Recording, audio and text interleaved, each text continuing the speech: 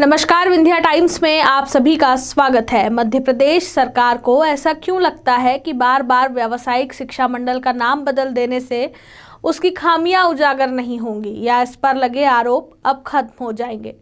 दरअसल सरकार ने एक बार फिर दुनिया के सबसे दागदार परीक्षा मंडल व्यापम का नाम बदलने का फैसला कर लिया है।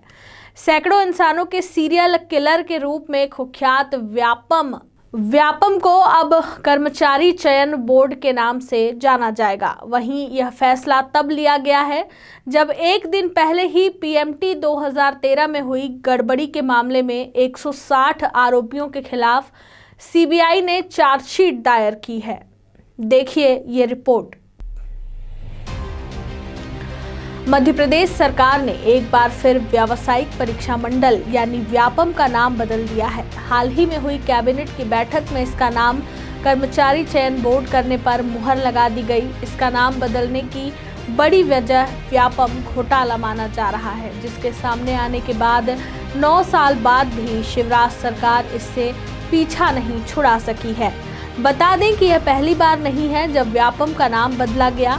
घोटाला सामने आने के बाद व्यापम का नाम प्रोफेशनल एग्जामिनेशन बोर्ड पीईबी कर दिया गया था। अब कृषि क्षेत्र में पीईबी घोटाला सामने आ गया, इसे लोग व्यापम पार्ट 2 की संज्ञा देने लगे। ऐसे में सरकार ने अब इसका एक बार और नाम बदला और कर्मचारी चयन बोर्ड कर दिया। सरकार ने व्यापम का नाम बदलने का फैसला ऐसे समय पर लिया है जब एक दिन पहले ही पीएमटी 2013 में हुई गड़बड़ी के मामले में 160 आरोपियों के खिलाफ सीबीआई ने चार्जशीट दायर की है। वहीं व्यापम का नाम तो बदला ही साथ इसका नोडल डिपार्टमेंट भी बदल दिया गया। कर्मचारी चयन बोर्ड के संचालन की जिम्मेदारी अब सामान्य प्रशासन विभाग को सौंपी गई है। यह विभाग सीधे तौर पर मुख्यमंत्री शिवराज सिंह चौहान के पास ही है। पिछले वर्षों में राज्य शासन ने व्यापम घोटाला सामने आने के बाद इसका नाम बदलने का प्रस्ताव तैयार किया था। इसके सिस्टम में सुधार होने लगा तो नाम बदलने के प्रस्ताव को ठंडे बस्ते में डाल दिया गया था। लेकिन पिछले साल पीईबी घोटाला भी सामने आ गया। नाम बदलने से इसकी छवि में सुधार हो रहा था, वह फिर से धूमिल हो गई। वहीं पीईबी का नया सिस्टम भी गड़बड़ी रोकने में नाकाम साबित हुआ। इसके ऑनलाइन सिस्टम में भी पिछले साल सेंध लग गई। कृषि विस्तार अधिकारी और वरिष्ठ कृषि विकास अधिकारी की परीक्षा में भी बड़ी गड़बड़ी सामने आने लगी। फरवरी 2021 में हुई परीक्षा में मेरिट में आने वाले उम्मीदवार एक ही सेंटर के निकले। परीक्षा रद्द करनी पड़ी। जांच भी कराई गई तो परीक्षा कराने वाली एजेंसी का हाथ सामने आया। ऐसे में बीजेपी सरकार अगले चुनाव में इसके कारण कोई मुसीबत नहीं लेना चाहती। व्यापम शुरुआत में सिर्फ व्यावसायिक पाठ्यक्रमों के लिए जैसे pre engineering test, PT, pre medical test, PMT जैसी प्रवेश परीक्षा ही कराता था, लेकिन धीरे धीरे इसका दायरा बढ़ता गया।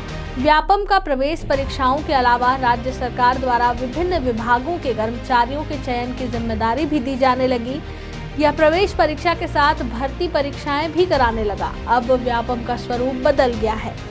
व्यावसायिक पाठ्यक्रमों में प्रवेश के लिए राष्ट्रीय स्तर पर आयोजित परीक्षा जेईई नीट की मेरिट का उपयोग किया जाने लगा। वहीं अब व्यापम 3 से 4 ऐसी प्रवेश परीक्षाएं कराता है। इनमें उम्मीदवारों की संख्या भी बहुत रहती है। वहीं भर्ती परीक्षाएं ज्यादा कराता है। बहरहाल नाम बदलने संबंधी राज्य सरकार के फैसले पर विपक्ष आक्रामक है। एमपी यूथ कांग्रेस मीडिया विभाग के अध्यक्ष विवेक त्रिपाठी ने कहा कि नाम बदलने से शिवराज का पाप नहीं धुल जाएगा। मुख्यमंत्री दुनिया के सबसे बड़े खूनी घोटाले के दोषी हैं। इस व्यापम ने सैकड़ों लोगों की जान ली है, वहीं शिवराज सैकड़ों लोगों के खून के छींटे नहीं धुल पाएंगे। मुख्यमंत्री, उनकी पत्नी और शिक्षा माफियाओं ने मिलकर एक पूरी पीढ़ी का भविष्य बर्बाद किया। घोटालों को छिपाने के लिए सैकड़ों लोगों की हत्या हुई। अब हर दूसरे घोटाले के साथ नाम बदल दे रहे हैं। कारनामे वही के वही हैं।